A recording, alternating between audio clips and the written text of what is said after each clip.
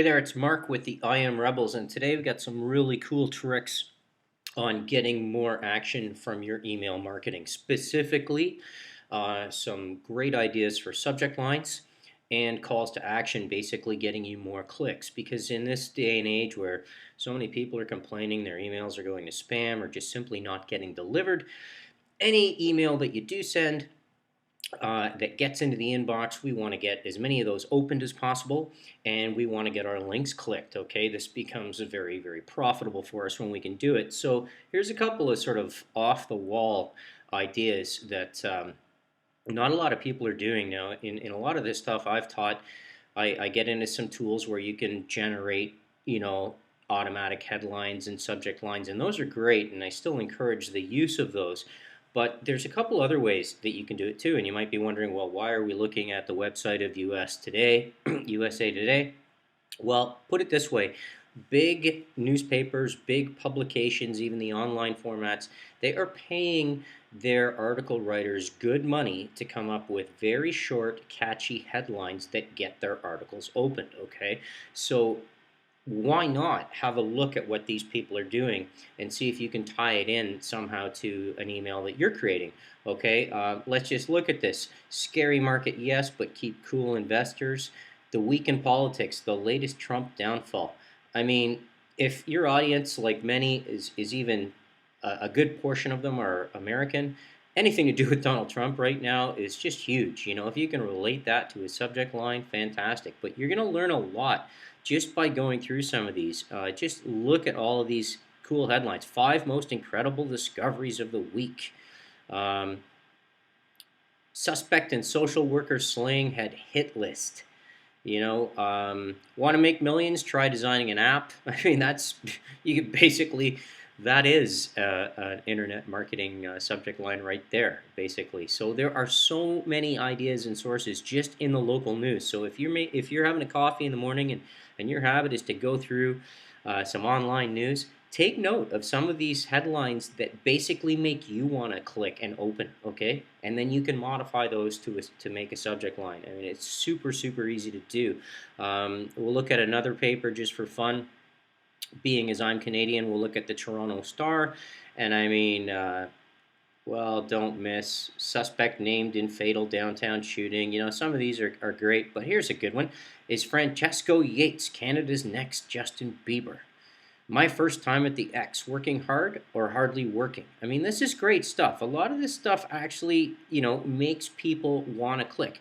What's another hot topic of the day? The Ashley Madison hack. So, why the Ashley Madison hackers probably won't get caught. I mean, if you can relate, not only sort of use some of the stuff you'll learn from these short and very catchy headlines, but if you can relate those to what you're talking about, you win in a couple of ways. One, you tend to get more opens, but two, you also arouse a lot of curiosity by portraying really relevant stuff that's a big news story today. And when you can do that with emails, your open rates absolutely skyrocket.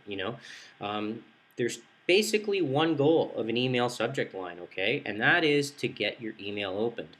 And there's a few schools of thought on this. Some people say, well, it should be highly related to the content of your email itself. And while that's true in most cases, you can deviate. Sometimes you can go for just a curiosity inducing email headline or subject line. I wouldn't suggest this all the time.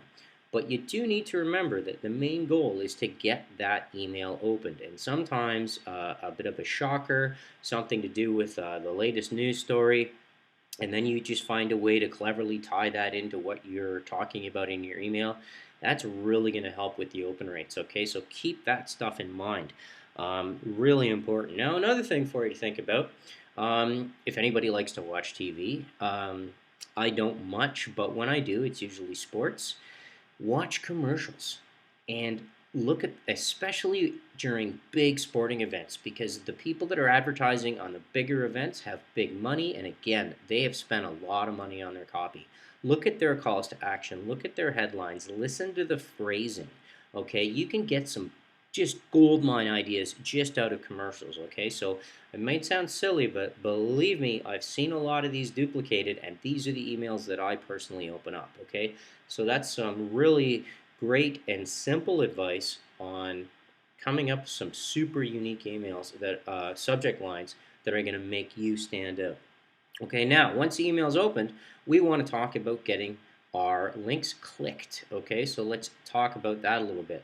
More clicks all comes down to this. All right, so here's some tips for more effective calls to action in your emails. Basically, the call to action is when we ask the reader to go and do something. Check this link out now because it's important for you to do it.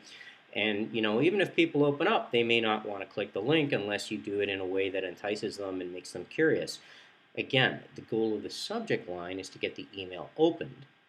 The goal of the call to action is to get people to click the link. Okay, that is the goal. All right, there's nothing else. There's no reason to put a call to action in an email unless you want them to click it. Okay, so here's some of my tips, really simple. First off, again, something I teach is to collect your favorite calls to action in the dozens to hundreds of emails you get every day. Look at the ones that compel you to click and start a file. And make a little text file. Put your favorite calls to action in there. You should be adding to this daily, if not weekly. Um, and have that thing opened up right beside the email that you're crafting at the time, whether it's for your own list, whether it's for, maybe you're ghostwriting emails for somebody else, doesn't matter. You want your calls to action to be compelling. And if you've got this file opened right up, it can really help when you're kind of struggling as you're writing. Okay, I really need to put in something cool here, and then you just have these all right beside you. It really saves a lot of time. There's another tip with calls to action in emails is to mix them up. Not every call to action needs to go for the throat, okay? It doesn't have to be click here now to make $1,000 a day or you'll lose your chance, or going in 2 hours, last chance and all that stuff. Not every call to action needs to be so urgent, okay? Sometimes just a single word or a subtle phrase hyperlinked within a line of regular text works great, like really effectively. Okay? And again, there's tons of examples of this out there, but just write naturally. I still think you should have a big bold call to action, like on its own line in every single email, but it certainly is very effective to also incorporate something much more subtle. Another tip that I don't see a lot but works really well is to relate the call to action um, to the text you've just written in the email. Okay, so for example, in today's world of insane competition with Facebook advertising, it pays to have an edge. Get your edge here. See how easy that flows? And that's the whole key. It's not about jumping in their face or anything like that. But now the call to action is really just a natural transition from the text you've just written. And what ends up happening is it comes across a lot more like a native ad. Those really subtle images and ads on certain websites that you don't even think are ads. You think that they're part of the information in the article and they compel you to click. That's what this type of call to action does for you, okay? It gets people to think, oh yeah, okay, well that makes sense. Why wouldn't I want to have an edge? Get my edge here. Okay, great. It's not sneaky, it's just very natural. It makes your email flow better. Even for people that aren't going to click, they're going to enjoy your email better. You're not coming across as somebody spammy, just hammering them with click now or forever hold your peace type of stuff. You're just getting, you're just saying, hey, this is what I think you should do right now.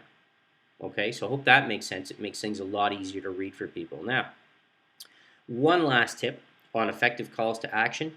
Duplicate or closely copy your subject line as one of your calls to action. Now, for people who've opened your email, they opened, and a lot of that is based on the subject line again, alone, right? That's why they opened it up, is they liked your subject line. So why not use part of that subject line in a call to action? So here's an example, very relevant to this discussion. Your subject line is 3 ways to get more clicks on your emails.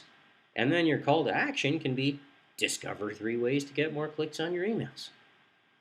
They already opened up the email because the subject line alone was curiosity inducing for them. So they've got a much higher chance of clicking on a link that basically duplicates that subject line. Okay, does that make sense?